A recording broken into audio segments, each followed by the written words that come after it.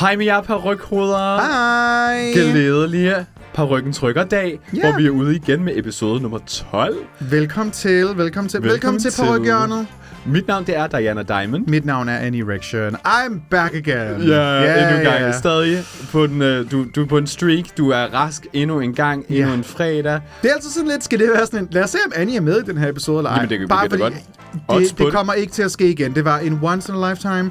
I am here to stay. Nu skal du ikke løbe noget derovre. Nej, vi ved aldrig. Vi kan ikke spå om fremtiden. Det kan vi desværre ikke. Og det kan jo være, at nu har du haft en sygdag. Betyder det så, at jeg faktisk har en i banken? Du har en sygdag. Du har Dragons første sygdag. Ej, rigtigt, ja. Den kan du bruge. Ja. Drag hjemme, sygdag. Ja, og så skal jeg have 2 medværter med. Hvem kunne du tænke dig at have med? Bitch, hvem tror du?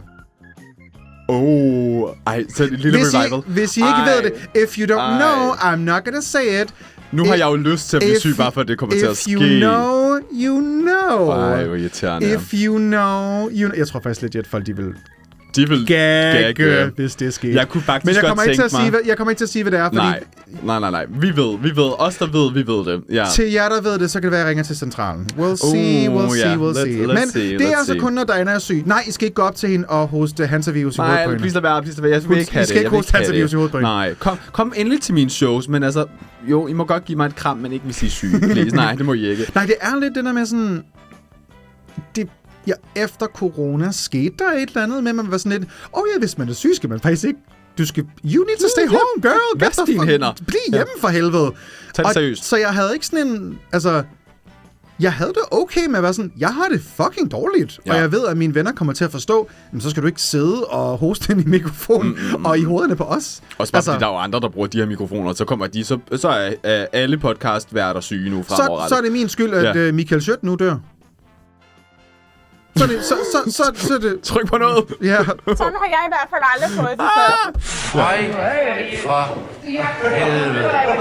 før. Så kommer han herned, og så er han sådan, gud, der dufter meget af clown lung hernede. Ja. Af puder. Og så døde han. Ja. Og så døde han, fordi at Annie Erection havde hostet på mikrofonerne.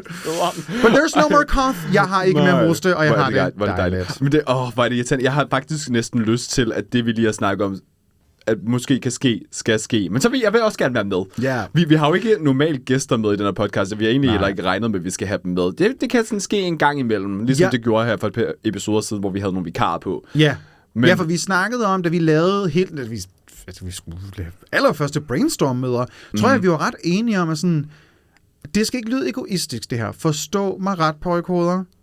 Vi laver den her podcast for os. Ja. Vi laver noget, vi ved, vi gerne selv vil lytte til. Og jeg tror ikke altid, jeg har lyst til at skulle høre mig interviewe folk. Nej. For det ved jeg, jeg tror ikke, vi vil være dårlige til det. Det tror jeg bestemt heller ikke, vi vil være. Men that's not what I want to do. Nej, også fordi jeg føler også, igen, lytterne er også stadig ved at lære os at kende. Hvis vi skulle have nogen ekstra med i studiet, så vil de hele tiden skulle forholde sig til nogle nye. Og det kan godt være, at det sker på et tidspunkt, men lige for tiden og lige i øjeblikket, så er det bare os to, vi må høre på. Not yet. Nej. Ikke sagt, at der ikke kunne komme en eller anden sådan drømmegæst, og vi er sådan, ved du hvad, du skal lige være med i vores podcast. Det er en hyggesamtale, vi finder nogle emner, vi snakker, vi slår en sludder for en sladder. Det er ikke, som faktisk, vi skulle finde på et navn på et tidspunkt.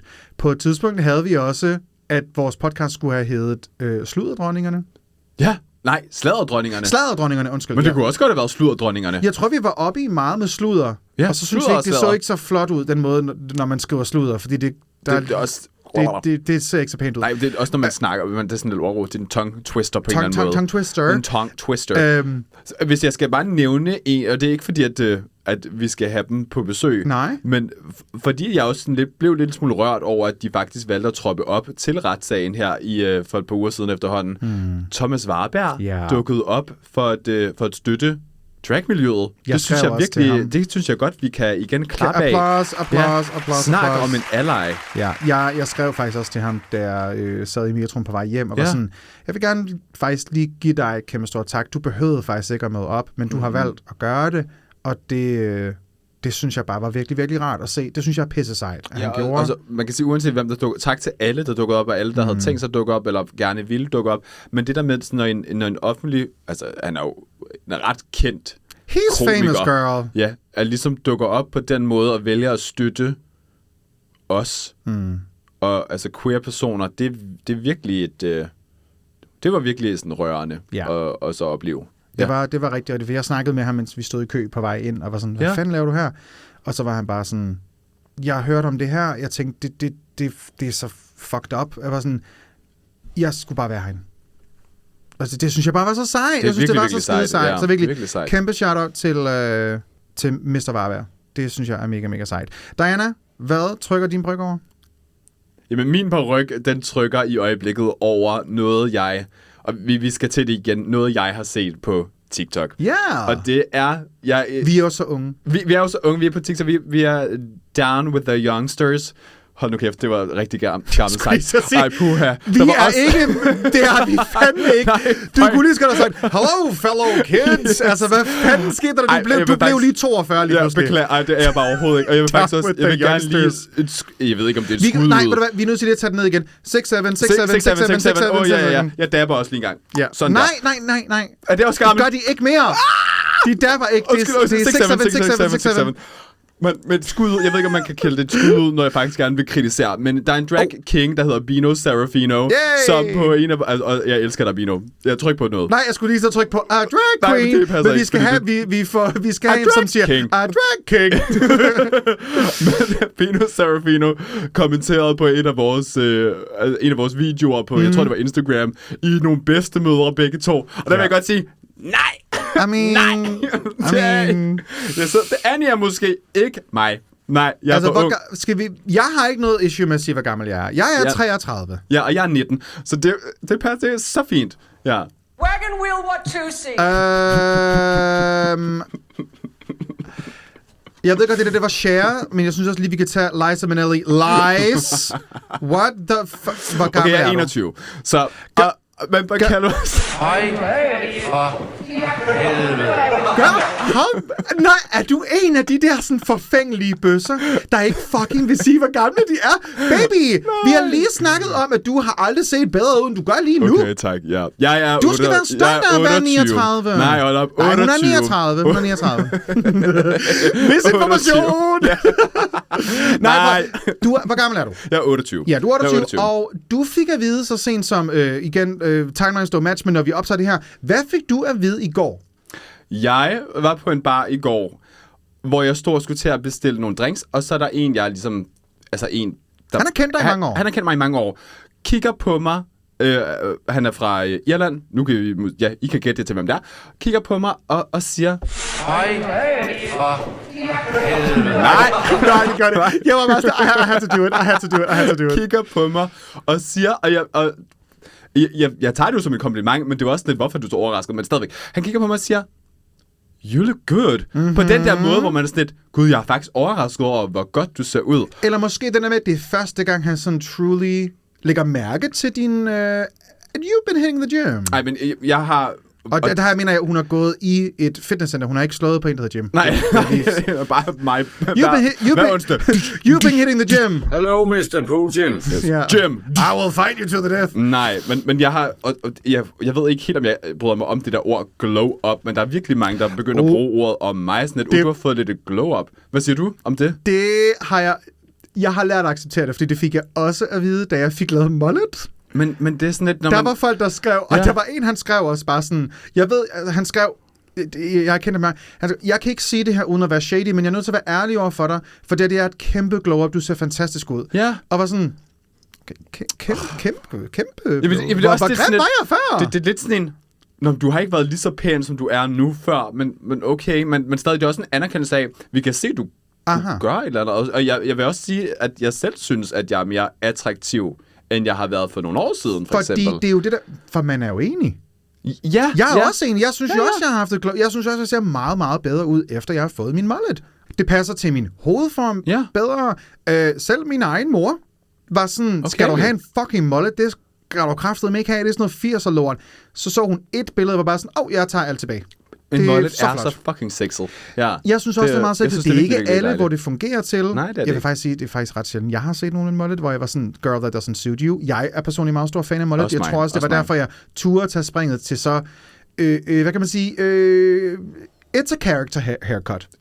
Men inden min hårtransplantation, der havde jeg faktisk også en mullet, og vi har begge to fået permanentet hår. Og, altså jeg får det lavet samme sted, fordi dit var så flot. Ja, og jeg synes, jeg kan desværre ikke rigtig gøre noget ved mit eget hår i et års tid, fordi det skal have lov til at gro ud. Vi finder det ud af, når det bliver januar 2027. Det kan godt være, at I får en lille permanent. Så er du mullet og krøller og perm. Men jeg har fået, fordi nu håret begynder at vokse ud, og man kan faktisk se, synes jeg selv, en ret flot hårgrænse. Allerede nu og der kommer til at helt sikkert at ske endnu mere med den her hårgrænse. Så var jeg ved sådan en frisør, det tog 5 minutter, fik en lille fade, fordi man må godt klippe siderne. Jeg må helst ikke klippe det hår, der ligesom er sat på, men jeg må godt klippe siderne. Ja, fordi der har de ikke puttet hår ind. Nej, det der, de har taget hår fra, og det er alt er godt nu. Og bare det der med at få lidt frisket looket op, har virkelig gjort noget for mig, og tydeligvis også for mange Københavns bøsser, fordi hold da kæft, der er mange der er mange Okay. Og det er jo også voldsomt, at jeg skifter et billede på Grindr, og så får jeg lige pludselig 500 views, og personer, der førhen ikke har svaret mig, begynder at skrive til mig. Ja. Hvad sker der for det? Jamen jeg kan ikke genkende til det. Det var som om man sådan, are we surprised? Når jeg bliver lækre, så er der flere mennesker, der gerne vil snakke med en. Det er sådan, surprise, beauty is currency. Og det desværre. Det er det bare. Ja. Jeg kan mærke, det snakkede vi faktisk også lige inden vi begyndte at optage i dag, at når jeg kan mærke, at jeg føler, at folk sådan kigger lidt ekstra på mig og giver mig lidt mere opmærksomhed, når jeg har skæg. Ja. Når jeg har ansigtsbehøjning. Ja. Det er meget tydeligt, hvordan at jeg bliver kigget på, hvis man nu er ude at få en øl en fredag, hvor jeg først har show om lørdagen, og lad os sige, at jeg ikke har været i drag den uge. Mit skæg har fået lov til at kunne få 5, måske faktisk 6 dage til at gå ud. Eller hvis jeg er ude at få en øl en lørdag, og jeg har været i drag dagen før. Der er forskellige energier fra folk. Ja. Det er der. Og det er ikke, I'm not crazy. Det ved jeg. Jeg kan se, at der er bare lidt mere sådan, Og det er en helt anden samtale, hvis man skal begynde at sådan lidt åbne op for det toksiske, at det er fordi, det er maskulinitet. Det er jo lidt problematisk, low-key problematisk. Det er det jo. Og jeg kan godt lide, hvordan jeg ser ud uden skæg. Men hvis jeg skal være helt ærlig, I'm gonna be completely honest. I'm gonna be vulnerable. Hvis jeg ikke lavede drag, vil jeg ikke barbere mig. Nej. Spændende. Det vil jeg ikke. Så vil jeg gro et... Jeg ved ikke, om jeg kunne gro fuld skæg, men jeg vil have et... Jamen, nu tænker jeg faktisk også tilbage på dig, da jeg mødte... Altså, der inden du lavede drag. Det er faktisk også en... jeg havde meget skæg. En person med fuld skæg. En Kasper med fuld... Nu siger jeg det, Borg. Det var Kasper med fuld skæg. Det var det. Det er rigtigt. Ja. Så det var... Og der tror jeg også, min egen forfængelighed kommer jo også... Det tror jeg faktisk alle, der laver drag. Ens egen forfængelighed kommer til totalt på prøve, fordi at man offrer nogle ting, uanset... Nej, jeg ved godt, at sådan... Ja, I lige må bare jeres bryn ned og barberer jer. Slap af. Det er fysisk hårdt og krævende at lave drag. Det er det. For man begynder altså at kunne se det på et tidspunkt, hvis du ikke sørger for at pleje din hud og sådan... Der er meget, du skal gøre, når du laver drag på vores niveau, så bliver man også... Altså, vi bliver nødt til at... Vi er ikke kun i drag en gang om måneden. Nej, vi er drag flere gange om ugen. Man bliver nødt til ligesom også at have en eller anden form for skincare-routine, og bare gå lidt op i, at man faktisk har et sundt ansigt, vedligeholdt ansigt ude af drag også, fordi ellers så tager det bare rigtig, rigtig hårdt, for det er virkelig meget makeup vi har i krydderen hele tiden. Det er Flüggerfarves efterårskollektion. Men det er det bare. It is a lot. Og elsker det. Men det er, da man startede med at lave drag, det er for sådan en, okay, jeg ser lidt træt ud, efter jeg gik på en anden måde, fordi jeg har så psoriasis, så jeg har meget tør hud, så jeg kunne også godt mærke, det var ikke altid min hud havde lyst til, at jeg skulle smadre den til i rigtig, rigtig, rigtig meget makeup. Jeg ved godt, Britney bruger mere selvfølgelig, mener hun i hvert fald. Hej for helvede. Men det var hårdt, når jeg ser billeder af mig selv. Jeg fandt nogle archived videoer, hvor jeg lavede sådan en selfie-video. Det har jeg egentlig altid gjort, når jeg sådan, hej, der er viewing party på Gay Copenhagen på lørdag eller sådan noget. Og så lavede jeg dem ud af drag, og var sådan, Jeg var også tyndere på det tidspunkt, og jeg kunne ikke lide, mit ansigt var meget... jeg kunne se, at jeg havde nogle render under mine øjne, som jeg først rigtig begyndte at tage mig af lidt senere i min drag-karriere, hvor jeg virkelig begyndte sådan, og det hed face sheet masks, og det var ordentlige serumer, og det er ordentlige make-up-fjerner. Jeg synes også bare at bruge en fed creme, bare fordi man netop, altså ens hud tør bare så meget ud, når man fjerner make-up'en. Men også bare det der med at fjerne make-up. Jeg synes, det er tit så sådan, når min læbestift laver ligesom sådan en stain, eller sådan altså det bliver, når man fjerner det, så sådan, man kan godt se, hvor den er siddet. Speaking of, jeg tager lidt ekstra på. Vi er i drag i dag. Okay, ja, vi er selvfølgelig i drag. Jeg tager lidt ekstra på. I hører neglene her. Men også sådan et eyelineren, den sidder også lidt på øjenlågene stadigvæk, og man har noget lim i vipperne. Der er bare rigtig meget, hvor... Altså, det kræver enormt meget at komme i drag. Det kræver også enormt meget at komme ud af drag. Aha. Ja. Men vi skal tilbage til, hvad min paryk egentlig trykker. Nå ja, det har jeg slet ikke sagt. Det har jeg slet ikke sagt. Hold nu kæft, mand. Vi har snakket i kvarter om ingenting. What the fuck? Ej, jeg synes faktisk, at vi kom rundt om nogle ret vigtige ting. Jo, vi har snakket om masse, men hvordan helvede kom vi herhen? Det ved jeg. Vi skulle være unge med de unge. Ja. 6 og så gik det fuldstændig galt. Vi er tilbage. Rewind. Jeg har set noget på TikTok. Ja. Og det er noget, der har fyldt meget for mig, og det er også... Jeg ved ikke, hvorfor jeg bliver fanget, og det er egentlig et mærkeligt fænomen, fordi hvorfor gør de... Jeg er sådan lidt i tvivl om de her personer, som jeg ser, rent faktisk, om det er deres erhverv, eller de ved, okay, vi ser godt ud, og damerne elsker, når vi gør det her. Aha. På min TikTok er der rigtig mange mænd, i som regel ikke så meget tøj, der laver lerkrukker. Og for some reason er det noget af det mest sexede, jeg nogensinde har set. Den måde, de kører hænderne op og ned, det her våde ler, og former det, og det sprøjter en lille smule de her sådan... Ja, sådan noget vådt ler. De bliver lidt beskidte på armene og på overkroppen. Sådan har jeg i hvert fald aldrig fået den før. Nej, det har jeg virkelig ikke, og jeg ved ikke hvorfor, men når jeg ser det, og jeg det er lige før jeg savler en lille smule. Hvad var det nu, den der film hed? Ghost? Pas. Patrick Swayze? Vi har lige så...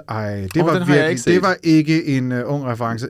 If you know, you know. If you know... Jamen, bedstemor... Det var til alle over 30, men jeg siger, det var til alle over 40. Bedstemor har set en film i 80'erne, jeg ikke kender til. Ja. Jeg er ret sikker på, at der er en meget intim scene, hvor de laver lerkrukker sammen. Ja, og der er et eller andet over det, der bare er enormt sensuelt. Kan du ikke finde... softcore porn, føler jeg faktisk. Er det så sexet? Ej, men sidder de ikke bare og laver en lerkruk? Nu må du så find et eller andet eksempel. Det må du blive nødt til. Jeg smider noget op på vores Instagram. Det gør jeg. Og så kan vi laver lige et afstemning. Er det her sexet eller ej?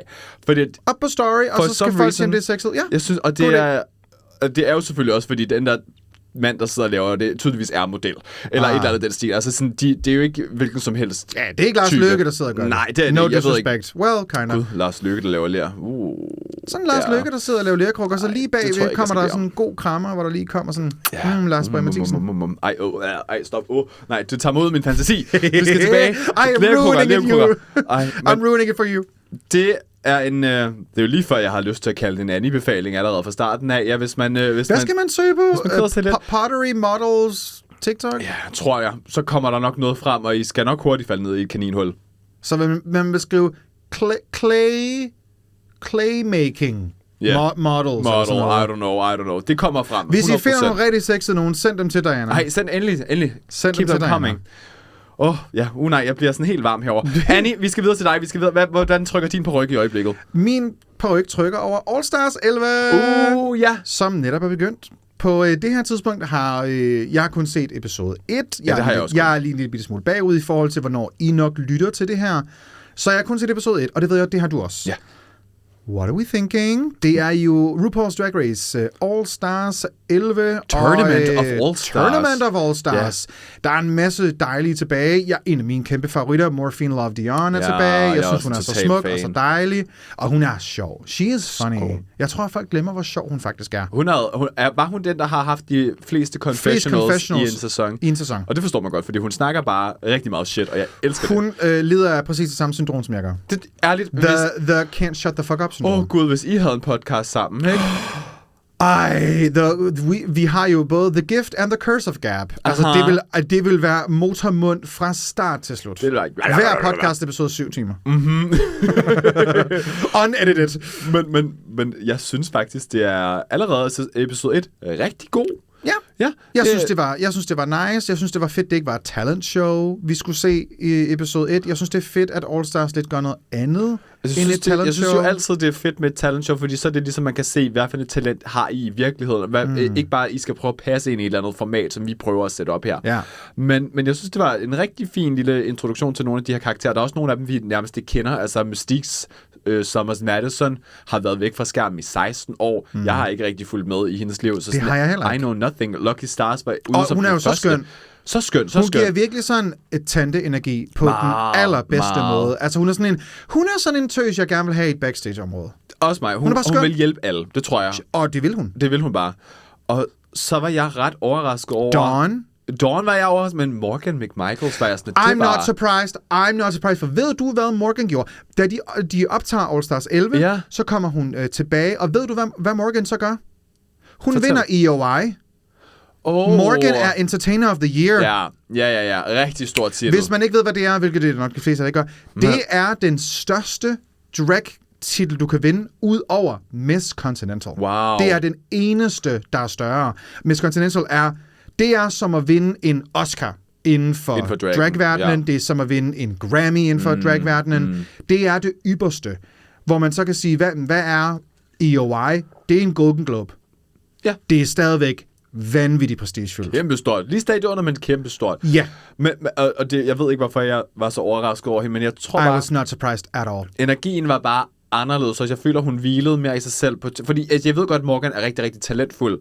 Men hun har aldrig været talentfuld i Drag Race. Hun har ikke været god til Drag Race, nej. Jeg følger hende også i privaten, eller hvad man nu siger, og har fulgt med de her mange år. De snakker om episode 1, she runs the drag scene, og det gør hun. Hun er virkelig dygtig. Hun er en producer, så jeg har også enormt meget respekt for hende. Og en rigtig god producer. Altså hun er rigtig all-rounded. Ja. Og hun siger, altså for sjov, fordi i den her sæson skal de jo ligesom give hinanden point, hvor hun har altså været sådan, skal I have nogle point? Så...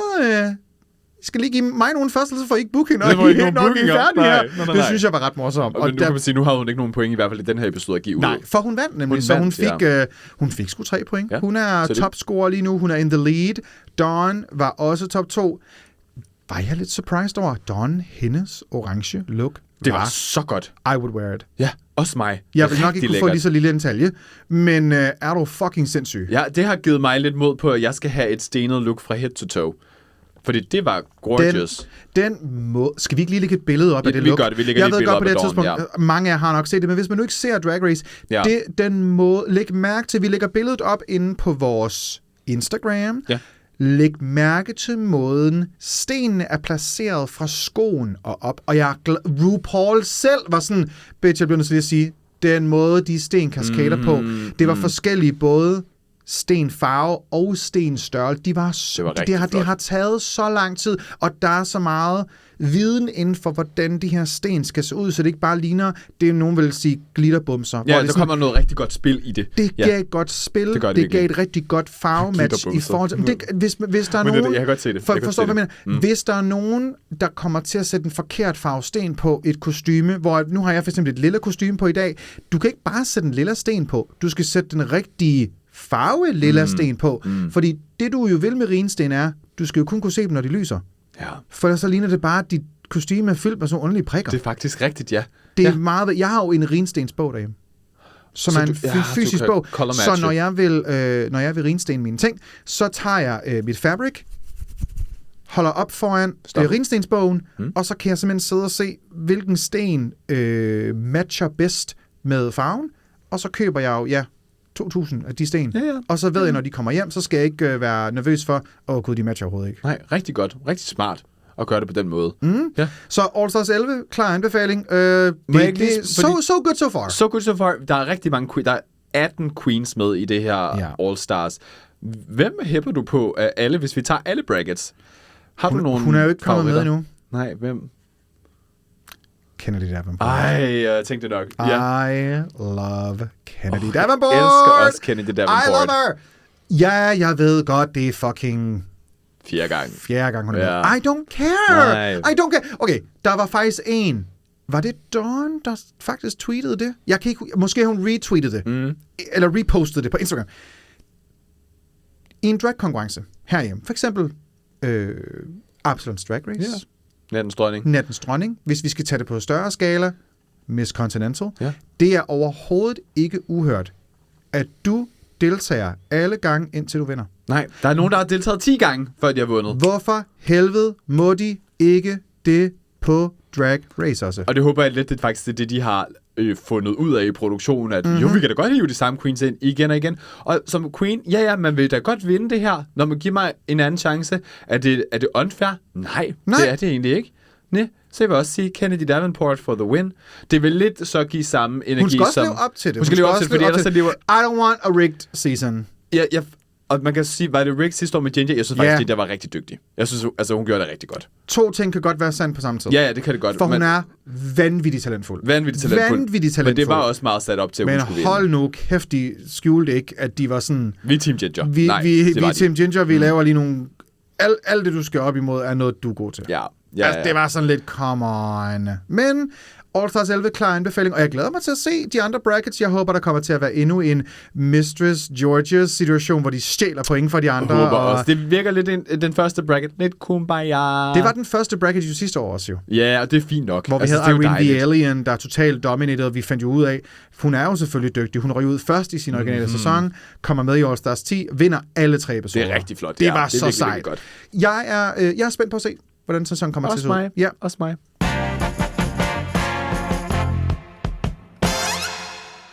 Vi teasede lidt for i sidste uge, at der var nogle af jer derude, der har skrevet til os, og vi nåede det desværre ikke. Vi kom til at snakke for meget. Men vi vil rigtig gerne nu vinde nogle lytterhenvendelser fra jer. Skal jeg tage den første her? Den føler jeg skal spørge dig om. Ja, kom med det. Fra Isabella.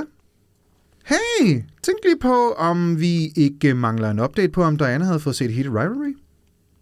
Tak for beskeden, Isabella. Jeg har i talende stund ikke set det færdigt, men jeg er i gang. Jeg havde lige jeg har haft en travl uge, så jeg havde... Fair nok. Der har været noget retssag og så videre.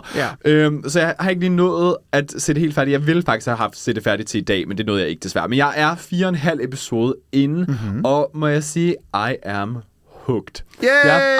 Jeg forstår godt, what the fuss is about. What you say? Queen. Ja, faggot. Og det er virkelig, virkelig lækkert. Det er meget æstetisk rigtig flot. Det er en rigtig, rigtig god kærlighedshistorie. Og jeg synes egentlig, de her karakterer er rigtig karismatiske. Så sådan, jeg føler med dem alle sammen. Og Shane Hollander, jeg er sådan lidt... der er rigtig mange af hans følelser, der ligesom skaber en eller anden form for genkendelighed i mig selv. Wow. Jeg er vild med Ilya. Jeg er Team Ilya. Du er Team Shane. Jamen, det er jo det, der... Altså, jeg tror, jeg vil være Shane, fordi så fik jeg lov til at hook up med. Ja, ikke også? Got it. Men der var rigtig mange... Altså, jeg synes bare, at de spiller rigtig, rigtig godt. At Connor Story, som spiller Ilya, er han ikke russer? Ikke en russer, nej. Det er så imponerende. Det er en dedikeret russisk accent, plus han snakker jo... Jeg kan ikke russisk, så jeg ved jo ikke, om det, han siger, er ægte. Men jeg går ud fra, at det er ægte. Ja, der er mange russer, amerikanere, der også har talt om sådan... Det er det bedste eksempel på, hvordan russisk rent faktisk skal lyde, hvis det er en ikke-russer, der skal, altså en ikke-indfødt russer, der skal tale russisk. Altså, han har fået godt. Så meget ros, og han kunne altså ikke russisk i forvejen. Det er noget, han har lært til serien. Det er så sindssygt. Det er så sindssygt. Og lige også, fordi jeg ikke er helt færdig med det, og nu kan jeg overhovedet ikke huske, hvad karakteren hedder, men i episode 3, der følger man ligesom den her smoothie-fyr. Ja. Hvorfor er han den flotteste mand i verden? Altså, hvad sker der? Det er... hvis du søger Dianas type, så kommer han frem. Så er det ham. Ja. Puha, hvor er det jeg synes, vi skal lave sådan et endeligt review, hvor vi kan lave en rigtig Annie-befaling, eller en Diana-meldelse. Ja. Og jeg vil godt lave en Diana-meldelse af hele en rigtig Diana-meldelse, når du har set hele sæsonen. Og jeg vil sige, at episode 5 er jo der, hvor jeg er begyndt at græde som pisket. Og jeg er i gang med episode 5. Jeg er bare ikke nået så langt i det. Jeg tror, jeg faldt i søvn. Jeg har været meget udkørt, så jeg har ligget og set det, inden jeg skulle i seng, og så har jeg været sådan, ved du hvad, jeg skal være frisk til at se det her. Jeg kan ikke sådan se det med et halvt øje. Så Isabella og alle andre parrykhoveder derude, jeg kommer med en Diana-meldelse i næste episode, fordi så har jeg set det færdigt. Næste uge kommer der The Real Heated Rivalry. Ja, I skal nok få den. I får den. God idé. Vil du tage næste spørgsmål fra Camilla? Yes, den er fra Camilla, der skriver sådan her. Den er lidt længere, men lyt nu godt efter. Min veninde er begyndt at lytte til jeres podcast, fordi hun er meget nysgerrig på drag. Men hun har for nogle år tilbage været meget afvisende over for drag, fordi hun ikke helt forstod, hvad det gik ud på, og hvorfor mænd gider at gå i høje hæle og kjoler. Jamen, det skal sgu gøre ondt! Og det gør det også. Og nu hvor hun er blevet ekstremt nysgerrig på det, og faktisk synes, det er nice, fordi hun er blevet klogere, står der i parentes, 10, så føler hun ikke rigtigt, at hun kan eller tør tage til et show, fordi hun har haft en øveholdning til drag. Tror hun har dårlig samvittighed. Måske I har nogle kloge ord til at sige i forhold til det med at blive klogere, og at man ikke skal holde sig tilbage, hvis man er nysgerrig. Sygt godt spørgsmål. Ja, rigtig, rigtig spændende, og rigtig godt, og en god observering egentlig også. Virkelig, ja. Fordi jeg synes da helt sikkert, at bliver man klogere på noget, så skal man da bare dyrke det, hvis det er noget, man finder interessant. Sådan tror jeg, det er med mange aspekter i livet. Altså, du må da gerne blive klogere på ting og ændre din holdning, hvis du har fået noget ny information. Altså, der var en gang, hvor jeg ikke spiste avocado, fordi jeg troede, det var klamt. Så smagte jeg avocado, så fandt jeg ud, det var lækkert, og nu spiser jeg avocado en gang om ugen. Man må meget gerne blive klogere. Og embrace, at man er blevet klogere, og det skal man altså ikke være skræmt af, og så sige, mangler, nu må jeg ikke komme til et dragshow. Vi vil gerne have flere dragfans. Medmindre du har stået ude foran Frederiksberg Bibliotek i 2023 og demonstreret mod, at Diana skulle lave dragshow for børn, så tror jeg faktisk, at du er rimelig velkommen. Og det er jo det, alle er velkommen til det dragshow, så længe de respekterer kunstformen, og de altså ligesom går med på, at den her aften, det skal være en sjov aften, og vi skal ligesom bare, vi skal ind og se noget drag og have en god oplevelse. Så kom endelig ud og se noget drag. Drag for alle. Også dem, der ikke ved så meget, og bare er interesseret, og måske før har været sådan lidt, fuck, hvor er det underligt. Ved du hvad? Jeg kan faktisk godt forstå, at der er mange, deres første tanke, når de ser en drag queen, og sådan, fuck, det er strange. Ja, det er sikkert et vildt mærkeligt, altså når man har et førstehåndsmøde, eller førstegangsmøde med drag, så sådan, skal man forholde sig til rigtig, rigtig meget. Det forstår jeg da også godt, kan være enormt svært at kapere, men man må meget gerne tage det ind, og ligesom din veninde her, Camilla, blive klogere. Ja, for det er det der med at kunne... Ja, når man ser en drag queen første gang, der er meget, der skal afkodes, og meget man lige pludselig også selv begynder at skal tænke over lege med køn, og det er der mange, der ikke tænker over i sin hverdag, eller måske aldrig nogensinde har tænkt over, jamen, hvordan performer jeg mit eget køn, og hvad er jeg komfortabel med at skulle have på, og hvad vil jeg være ukomfortabel med at have på, og hvis det er der, det starter, og man er sådan, det synes jeg er lidt underligt og ulækkert, men er vi nu sådan, nu synes jeg vil faktisk gerne se det i virkeligheden. Kom og se et dragshow. Jeg kan anbefale at komme og se Just Another Drag Show inde på Absalon. Det er en rigtig god måde at blive introduceret til drag. Det er et ret godt sted at starte. Ja. Det er på engelsk. Alle kan være med. Der er også noget audience participation på et tidspunkt i løbet af showet. Ikke at hun skal være med til det, men så hun også skal se, prøv her, vi kan alle sammen lege med det her. Det er faktisk ret sjovt, og der er plads til alle. Og vi ved jo også selv fra, når vi er ude og optræde til forskellige virksomhedsarrangementer. For eksempel, hvis vi kommer som en surprise, så er det ikke alle, der sidder i publikum, der har købt sig ind på den her idé om, de skal se et dragshow, for de vidste ikke, det skulle ske. Men vi ved, vi vinder rigtig, rigtig mange over, fordi de ligesom, de lærer os at kende, de bliver lidt mere komfortable med den her kunstform og med os, og så finder de faktisk ud af, wow, det er faktisk rigtig god underholdning. Er vi ikke enige om det der med, at man sidder til... Ikke, at vi vil gerne booke sig alle, så I skal ikke se det her som sådan en, det er jo mit job, jeg skal aldrig booke drag queens. Jo, du skal. Jeg siger bare, vi har alle sammen, vi er alle blevet booket af nogle jurister. Sorry, you guys are really hard to impress. I har et rigtig, rigtig vigtigt og meget tørt job. Ja, og I er gode til at grine indvendigt. Og I griner sådan her. Og det er vi max for. Det er altid en, der sidder med krydset arme, og måske faktisk har det sjovt, men ja, de griner indvendigt, men det er altid dem, jeg gerne vil tage crack. Det er altid dem, jeg sådan, I will get you. Og hvis det er målet, så ved vi også godt, vi skal nok nå i mål. I'm gonna get there. Det gør vi. Jeg får dig. Jens, I'm gonna get you. Aha. Hvis der er en, der hedder Jens, der lytter til det hele, bare sådan, løb bare koldt ned ryggen. Ja, dig Jens, der lytter. Og jeg er advokat. Jeg ved, hvem du er. Nej. Du er derude, Jens. Vi ved det. Dig, din Citroën Berlingo. Nej, det hedder det ikke. Jo, Citroën Berlingo. Jeg har ingen idé. Jeg har ikke nogen bil. Fiat Punto. Fattig herover. Ingen bil. Ingenting. Uanset hvad, det... I like a challenge, for jeg forstår, at drag ikke, hvis man ikke ved noget om det, måske lige er så let spiseligt, som hvis nu der skulle komme en stand-up-komiker, eller en, der kunne spille guitar, eller en, der noget, man allerede kan forholde sig til. En tryllekunstner. Vi er godt klar over, at vores erhverv, vores form for underholdning, lige måske tager, den har, hvad kan man sige, lidt tilvænning. Ja. Tilvænning. Ja. Den har lidt tilvænning. Fair. At du nu, Camilla, har en veninde, der sådan rent faktisk gerne vil have med. Jeg synes faktisk, det er din opgave at tage hende med, når jeg ser et show. Jeg synes, faktisk gør det. Lav det som en eller anden, altså enten en surprise, nu skal vi det her, eller bare sådan planlæg, hej, der sker det her show i næste uge. Det kan også bare være bingo-show, det behøver ikke at være kæmpe eller noget. Nej, bare tage til, og bingo er netop rigtigt. Du har bingo-shows? Jeg har bingo-shows i København hele tiden. Ja, på Bærs Cocktail. Ja, det tror jeg har haft, når den her episode kommer ud. Nej, eller vent. Jo, det havde jeg. Det var i forgårs. Anyways, men jeg har... Du kunne have været der, Camilla, hvis du havde vidst det i fremtiden. Camilla, jeg skriver lige til dig, inden den her episode kommer ud. Men tag det med. Bingo er rigtig, rigtig let spiseligt, fordi det er noget, du allerede kender i forvejen. Og så tilføjer vi lige drag-elementet. Det gør det bare sådan lidt mere sjovt, lidt mere glamorous. Og drag er en visuel kunstform, den skal opleves. Altså, vi skal ses på, fordi vi er rigtig flotte, når vi er drag. Det er rigtig meget af drag-oplevelsen er den måde, vi ser ud på. Og mærke det, og se det, og føle det i et rum, det kan man ikke rigtig beskrive. Man kan godt prøve, men at forstå helt præcis den der følelse, der er, når man er til et dragshow. Jeg kan godt huske de første gange, allerførste gange så drag i virkeligheden, og jeg er ret sikker på, det var... Altså, hvor jeg selv tog til et dragshow, det var Drag House. Ja, hvad var det første drag, du så? Det første drag, jeg så i virkeligheden, med mine egne øjne, det var DQ. Til Dansk Melodi Grand Prix, hvor jeg så hende live. Gud. Jeg var inde og se. Det var sindssygt. Stop. I was spoiled from the start. Jeg så bare sådan, hvem er den første drag queen, du har set i virkeligheden? Bare et ikon. Bare et ikon. Ja. Det var jo noget af de første penge, jeg nogensinde brugte af mine lommepenge, var jo DQ's CD, efter at hun vandt Dansk Melodi Grand Prix. Hun udgav en CD, jeg var nede i. Det snakkede vi også om, det TP-musik eller sådan noget, den stil, ikke? Pause. Hvad var det, du købte?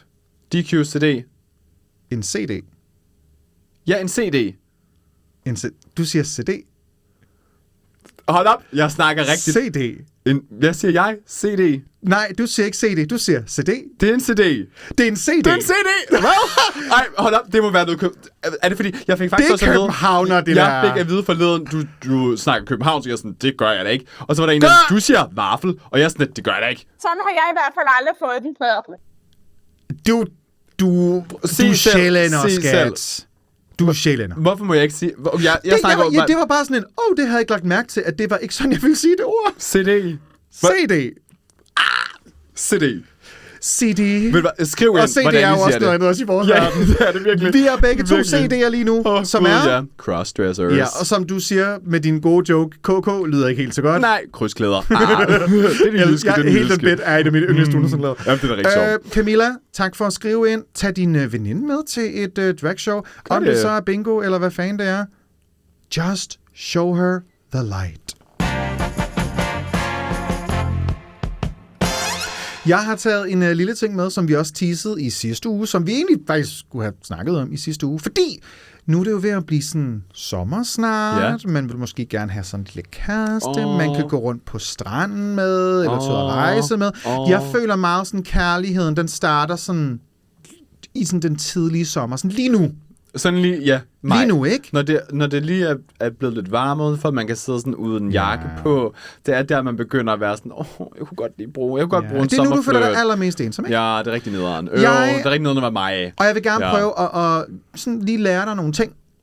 Ja. Om lidt kærlighed, danskernes datingliv, og så synes jeg, det kunne være sjovt, I quizzer med derhjemme. Så vi tager faktisk alle spørgsmål, og så tager vi først svarene bagefter. Okay. Så skriv ned derhjemme, hvis I er i gang. Find lige notepad. Det er 7 spørgsmål omkring danskernes dating og kærlighedsliv. Første spørgsmål. Diana, hvor møder flest danskere i dag deres partnere? Er det på arbejdet? Jeg har svarmuligheder. Okay, ja. Nogle af dem har svarmuligheder. Okay, på arbejde. Er det på arbejdet, gennem venner, via dating-apps eller i byen? Ja. Og du siger ikke svaret, før vi har været alle sammen igennem? Nej. Så jeg tror jo... Altså, jeg ved... Fra mine forældre, der mødte de hinanden, men det var også før dating-appsene. Min far har mødt en del gennem... Min far har mødt... Husk, spørgsmålet er, hvor møder de fleste danskere i dag deres partner? I dag, jeg ved det godt i dag, men det er også fordi, jeg tror, min far har mødt dem på arbejdet, dem han har været kærester med. Jeg har mødt min kæreste, vi mødte hende i byen. Ja, i byen. Men jeg tror desværre... jeg ved ikke, om det er desværre, men jeg laver rigtig mange polterabender i øjeblikket. Og der hører jeg også altid de der... hvor kender I? Du er ude at lave feltarbejde. Ja, jeg er ude at lave feltarbejde. Så spørger jeg altid The Bride to Be, hvor har I mødt hinanden? Og der siger de altid Tinder. Så jeg tror sgu, at det er på dating-appsene, at de fleste danskere møder hinanden. Du logger ind. Jeg siger dating-apps. Dating-apps. Ja. Spørgsmål 2. Hvilken af disse apps er blandt de mest brugte i Danmark til at finde en partner? Okay. Tinder, Badoo, Snapchat eller Happen? Så af de 4 apps, hvilken en har flest personer sagt, at de har fundet en partner igennem? Altså, og der sagde jeg jo lige før, at det var Tinder, de fleste fandt. Og det tror jeg måske holder fast på, men der er jo rigtig mange, der bruger Snapchat. Og der er jo rigtig mange, der bare tilføjer alle mulige random for folk på Snapchat, og så snapper man sammen, og så kan det være, man mødes der igennem. Det tror jeg er rigtig ung. Har du Snapchat? Jeg har Snapchat. 67. Jeg er ung og har Snapchat. 89, jeg har det ikke. Nej, det er mig. Se igen. Jeg har ikke Snapchat. Jeg er 33. Ja, jeg blev lige pludselig 22 igen. Og jeg tror det er Tinder. Jeg tror, at de fleste møder hinanden på Tinder. Du logger ind på Tinder. Jeg logger ind på Tinder. Så har vi... hvad er en typisk dansk første date? Det er første date specifikt her. Første date, okay. Spørgsmål 3 er, hvad er en typisk dansk første date? Og du får også valgmuligheder til den her. Er det middag på restaurant? Ja. Er det biograftur? Er det drinks på en bar? Eller er det gåtur og kaffe? Jeg tror ikke, der er så mange, der tager en første date i biografen. Det er jo ikke sådan et sted, man ligesom kan sidde og snakke. Det vil jeg... Personligt vil jeg ikke gøre det. Nej, jeg var sådan, hvis jeg blev inviteret på første date i en biograf, ville jeg være sådan, what? Okay, det tror jeg faktisk, jeg er blevet engang. Nå, man kan sagtens tage på en biograf-date, men ikke den første. Ikke den første. Nej, jeg synes, en biograf, det er da rigtig hyggeligt. Ikke første. Måske heller ikke anden, fordi der vil man gerne lære hinanden at kende. Jeg tror, man er ude at få en drink sammen. Ude at få en drink? Ja. Det kan jeg sige var min kæreste første date. Dejligt. Det var, ja. Det er også en, jeg dater oftest, føler jeg. Det er sådan, at vi tager det ud og får en drink. Den her er der faktisk også svarmuligheder til. Okay. Hvornår flytter mange danske par typisk sammen? Efter 6 til 12 måneder? Efter 1 til 2 år? Efter 2 til 3 år? Eller 4 til 5 år? Fuck. Okay. Det mener jeg ikke. Ja, det ved jeg det virkelig ikke, fordi den her... Så et halvt til et helt år? 1 til 2 år? 2 til 3 år? Eller... Nu siger du fleste danskere, så den er helt sikkert baseret ud fra et typisk heteroseksuelt. Det er heteroseksuelt det her, og de plejer som regel at flytte lidt hurtigere sammen, end homoerne gør. Er det allerede efter? Jeg synes bare, et halvt år er meget lidt. Jeg siger 1 til 2 år. Var der noget, der hed 1 til 2 år? Det er den tager vi. Den tager jeg. Det er svarmulighed B, det var nemlig efter 1 til 2 år, den logger du ind på. Yes. Hvilken målgruppe køber samlet set flest sexlegetøjsprodukter? Og målgruppen, der er faktisk også svarmuligheder. Det er der faktisk til næsten dem alle sammen. Jeg havde lidt overvejet, om jeg skulle lade være med at tage svarmulighederne, men jeg synes også, at de er gode. Vi tager dem. Fordi jeg har skrevet dem. Så, hvilken målgruppe køber samlet set flest sexlegetøjsprodukter? Er det A, mænd i alderen 25-45? Er det B, kvinder generelt på tværs af alle aldersgrupper? Er det C, personer over 60? Eller er det D, unge personer under 25? Okay, meget spændende. Fordi jeg tror selv, at jeg vil være under 25. Der tror jeg faktisk, jeg er sådan en lille smule... Der var jeg nok lidt nervøs for at købe sexlegetøj. Så jeg tror måske, man skal være over 25. Ja. Du kan købe sexlegetøj online. Jamen, det ved jeg godt, man kan, men det er stadig... Der er et eller andet sådan lidt grænseoverskridende, i hvert fald som ung at købe noget sexlegetøj. Jeg over 60. Altså, det kunne være sygt, hvis det var rigtigt. Honey the Pensioners? Ja, de har jo tid til det. De har tid til at lege med det. Altså, jeg tror sgu, det er kvinder i alle aldre, hvis der var det den hed. Der var en, der hedder kvinder generelt på alle aldersgrupper. Ja, og det er ret bredt. Den tager vi. Den tror jeg, vi tager. Yes. Så får du en her, der ikke har svarmuligheder. Okay. Den er svær. Så fill in the blanks. Der er 2 værdier, som en statistik har vist, man søger mest efter i en partner. 2 værdier. Hvad er de 2 værdier?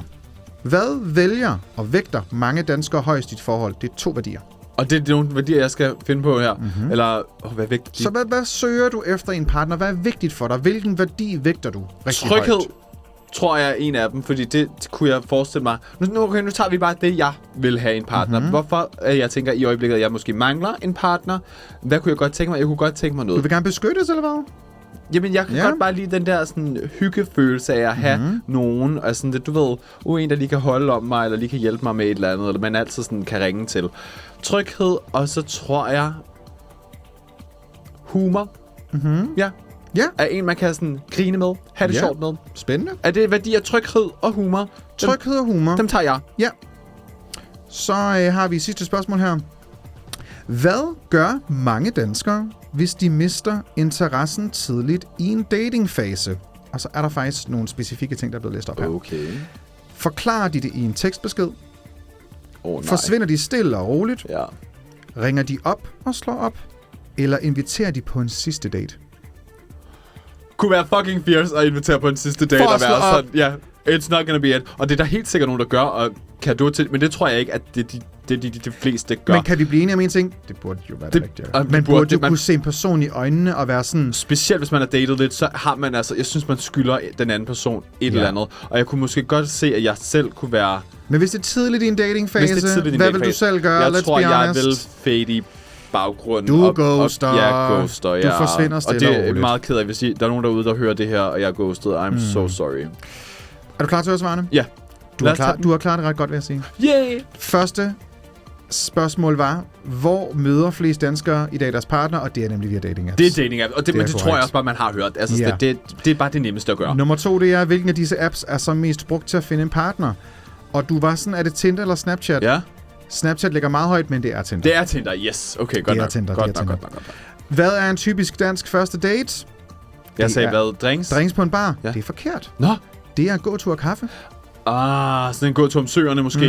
Og en kaffe. Men det kan jeg også godt se, fordi alkohol skal selvfølgelig heller ikke blandes ind i alle situationer. Nej. Jeg tror bare, jeg ser på mig selv. Der er jeg sådan, at der vil jeg også få en drink. Og det er også fordi, det bare passer bedst For for mig. jeg har jo været på alle de her dates.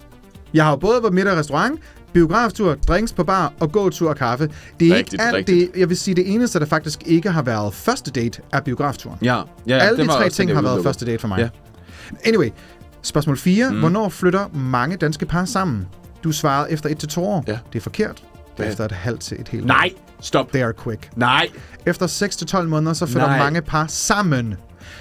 Nu siger jeg Siger vi noget. det? Altså 6 til 12 måneder efter, de har mødtes. Efter de har mødt hinanden. Girl, jeg føler, at jeg nogle gange har kendt folk i 5 år, hvor jeg er sådan, at vi skal stadig ikke flytte sammen. Exactly. Girl, okay, Jeg kan også godt sige lige nu, That's a lot. it's giving lesbian. It's giving lesbian. Og det gør det bare. Und, ja, til alle, og I ved det godt derude. I ved det godt. I ved det godt. Hvad er I sure på? Jeg har ret. Hold jeres kæft. Det er rigtigt. I ved det er godt. rigtigt. Og ved du hvad? Godt for jer. Godt for jer. Men jeg kunne ikke i min vildeste fantasi drømme om at flytte sammen med nogen, jeg ikke har været sammen med i minimum 3 til 4 år. Jeg føler, du har ikke engang lært personen at kende. Du ved jo ikke engang, hvor de er gået i folkeskole, sikkert. I don't even know if he knows how to fucking flush. Nej. No disrespect, selvfølgelig. Okay. Det er jeres liv. Og hvis du bare sådan, jamen, I ved ikke, hvordan det er, når man møder den eneste inde. Jo, det gør jeg faktisk. Diana ved det selvfølgelig. Jeg gør det ikke, nej. Men Yet to come. Men prøv at høre. To be continued. 6 måneder. Jeg ved også godt, det er 6 måneder til 12 men stadigvæk, der er nogen, der har været efter 6 måneder. Det synes jeg er lidt hurtigt. Men ved du hvad? Love is love. Ærligt, ja. Godt for dig, skat. 5. spørgsmål var, hvilken målgruppe, der kører flest sexlegetøj, og det er nemlig rigtigt, det er faktisk kvinder generelt på alle aldersgrupper. Kvinder er den største køber af sexlegetøj. Nå. Ja, dejligt. Så var det spørgsmål 6. Hvad vælger mange danskere højst i et forhold? Og der er, det er jo her, jeg vil ikke give dig svarmuligheden. Hvad sagde jeg? Tryghed og humor? Fordi du sagde tryghed og humor. Der er blandt andet udseende. Okay, overfladisk. Den tænker jeg på. Så udseende, social status. Humor. Ja, humor, eller hvad? Kemi. Og jeg ved ikke helt, om det er det, du mener, men du siger tryghed, så den synes jeg ikke gælder. Så er der rigdom og økonomi. Den falder i sammen under en. Og når de siger økonomi, mener de specifikt, at du har mange penge. Ja, ikke sådan, du vil på kontanthjælp. Nej. Og den, som de 2 ting, der bliver vægtet højst, er humor. Ja. Og så er det kemi. Så du var ikke langt fra, men du sagde ikke kemi, du sagde tryghed. Jeg sagde tryghed, og det er ikke en af dem, som folk vægter højst. Nej, og det vil jeg også sige, at kemien er jo bare det der med, at man ligesom sådan kan mærke, at der er et eller andet gensidigt her, vi kan lide ved hinanden og sådan et, ja. Og det tror den giver næsten sig selv, ikke? Ja, det er ikke rigtig den samme som tryghed, faktisk. Nej. Og det ved jeg faktisk ikke, hvad jeg tænker. Men jeg synes, det er spændende, at det faktisk er det, du vægter i en partner, fordi det siger også rigtig meget om, at du vil rigtig gerne have en partner, hvor du kan føle dig tryg. Det tror jeg er rigtig vigtigt. Og low-key, hvem vil ikke gerne det? Ja, hvem vil ikke gerne det? Er sjovt, det egentlig men det må jo så bare være min underbevidsthed. For ved du hvad, jeg kan rigtig godt lide at være den, der beskytter en partner. Du kan godt lide at give tryghed. Jeg kan rigtig godt lide at give tryghed. Jeg kan rigtig godt lide at passe på folk. Ikke at man skal varte nogen op i hoved og røv, og vi er individer, der godt kan passe på os selv. Men det er en god værdi men jeg kan godt lide ideen om, at jeg kan ikke beskytte nogen, men at I got your back. Ja. Hvis det giver mening. Ej. Ja. Nå, måske derfor, jeg så godt kan lide dig. Yay! No. Så nu er vi nået til sidste spørgsmål. Ja. Spørgsmål nummer 7, det var, hvad gør mange danskere, hvis de mister interessen? Og der var jo overhovedet ikke nogen tvivl. Selvfølgelig ghoster de. Er det rigtigt? Ghoster de lidt? Okay, så jeg er ikke alene. Jeg er ikke alene. Og det er overvejende. Det var sådan noget 80% havde sagt Nej, men det er også bare rigtig dårligt. Og det er sådan, okay, der burde vi alle sammen kollektivt lige tage os sammen, synes jeg. Man skylder lidt. Det kom. Må jeg sige noget nu? Ja, kom med det. Fordi jeg er bare bedre end alle mennesker. Jeg har... I hvert fald 80%. Jeg har aldrig ghostet nogen. Nå, okay. Folk er også blevet sure på mig. Ja. Fordi hvis de har skrevet, hej, vil du på date nummer 2 eller 3, sågar 4, for jeg, I wanna give it a chance. Ja. Og i stedet for ikke at svare, har jeg sådan skrevet en lang besked, og været sådan, det jeg synes, jeg er mega nice ved dig, det her bryder mig ikke om ved dig. Og derfor er jeg ude. Ikke på den måde. Og jeg vil ikke investere 200.000 i det her.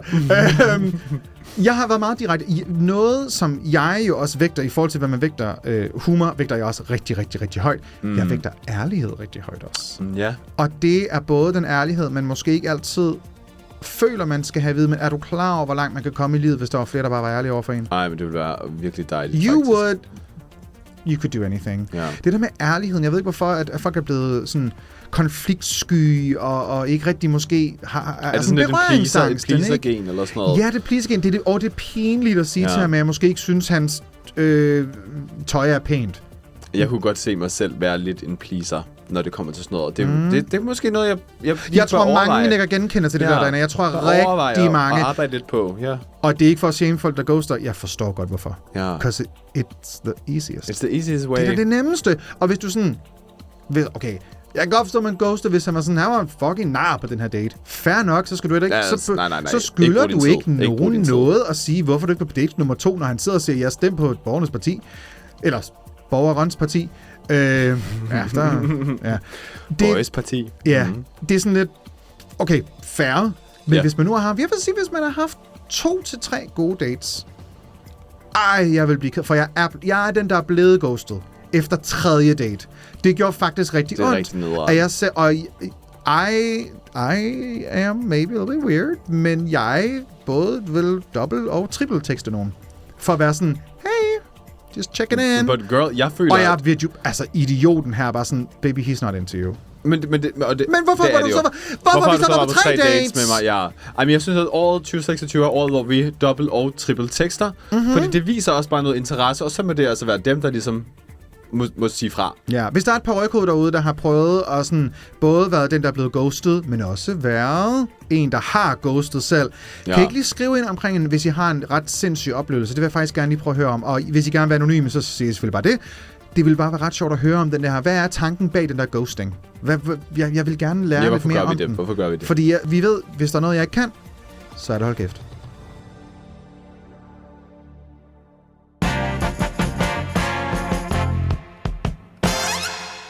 Diana, vi har ikke mere tid tilbage, men jeg ved, der er lige noget, du gerne lige vil vinde. Ja, og det er fordi i sidste uge, der blev jeg taget lidt med bukserne nede i forhold til min hjemmeside, og noget med kontant. Og jeg havde fået den her hjemmeside mere eller mindre gratis. Du blev taget med kjolen nede? Jeg blev taget med kjolen nede, ja.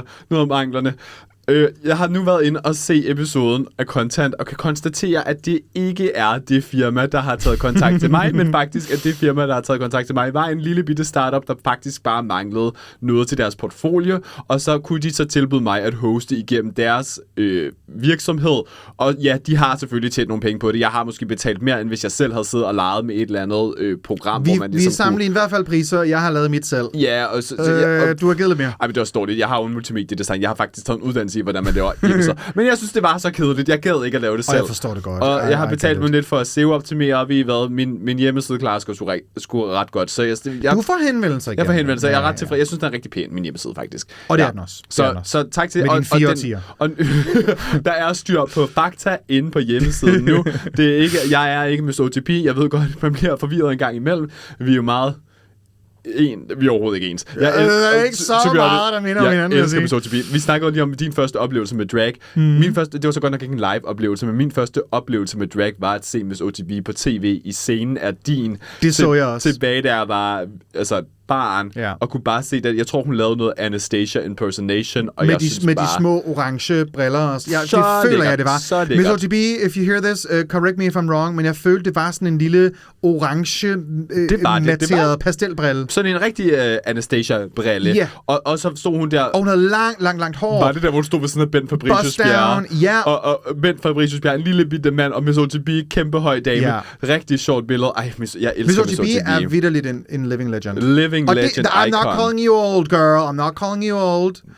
Men hun er fucking en legende. Det kan vi godt få lov til at kalde hende. Det kan vi godt. Hun i det danske dragmiljø elsker Miss OTB. Hvem er legenderne? DQ og Miss OTB er de første, jeg tænker på.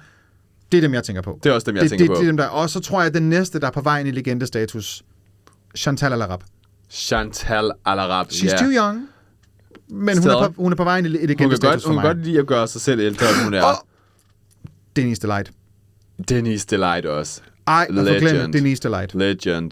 Ja, vi har virkelig nogle ikoniske danske drag-performer, som stadig laver drag. Ja, hvad sker der? Der er masser af icons. Jeg føler jo for eksempel sådan, Didi Cantarella er et icon. Også, ja, men hun er for ung til at være legend, føler jeg. Ja. Er det ikke legend, der er the older? Ej, nu sagde jeg det selv, det var ikke det, jeg mente. Jeg ved, hvor gammel Didi bliver snart. She's gonna be a legend 27 for evigt, er det det? Jeg er liv 20. Som Sasha Holiday siger. Jeg elsker Didi Cantarella. Diana, tusind tak for i dag. Du er ikke blevet scammet. Nej, så det er kun en af os, der er blevet det næsten. Thank God. Det er kun mig, der bliver scammet, åbenbart. Gud ja. Du skal ikke snakke derovre på den Hvis I ikke ved, hvad det er, så må I lige gå tilbage på episode og høre om, da jeg næsten blev scammet. Næste sæson af Content, så tager de til hvor var det? De tager de til New Jersey og snakker med din fucking kjoledesigner og sådan. Hvad er det her? We have proofs. Yeah. Oh my goodness. Tak for i dag. Tak for at lytte med. Der er meget, vi gerne vil have rundet, men vi nåede det simpelthen ikke, så det er jo godt, vi vender tilbage næste uge, ikke? Diana, hvor kan man finde dig på sociale medier? I kan finde mig under The Diana Diamond på Instagram og TikTok. Gå ind og kig på min hjemmeside og bedøm, selvom I synes, den er flot, dianadiamond.dk. Og ellers så kan I også gå ind og følge os begge to på Parykken Trykker på Instagram. Annie, hvor kan man finde dig? På Instagram er det annie.rection, og på TikTok er det annierection CPH. Og det var det for i dag. Det var det. Så tak for at lytte med. Tusind tak, fordi du lytter med. Vi elsker jer på Ryghoveder. Bliv ved med at lytte med, og have det godt. Møs. Hej. Denne podcast er produceret, redigeret, formuleret og konstrueret af Annie Rection og Diana Diamond. Upload og podcast design er udarbejdet af Diana Diamond og Annie Rection. Support, HR, kantine, kropsvisitering, slamsugning, bagagehåndtering, fragt, frokostordning, boss og CEO af denne podcast er styret af Annie Rection og Diana Diamond. Grafik, marketing og Instagram er lavet af Diana Diamond og Annie Rection. Skriv til os på Instagram under Parykken Trykker, hvis du har et spørgsmål, en undren eller en vigtig information til os. Vi samarbejder ikke med andre end Diana Diamond og Annie Rection, og alt indhold er copyrighted, tror vi, af Annie og Diana. Vi lyttes ved.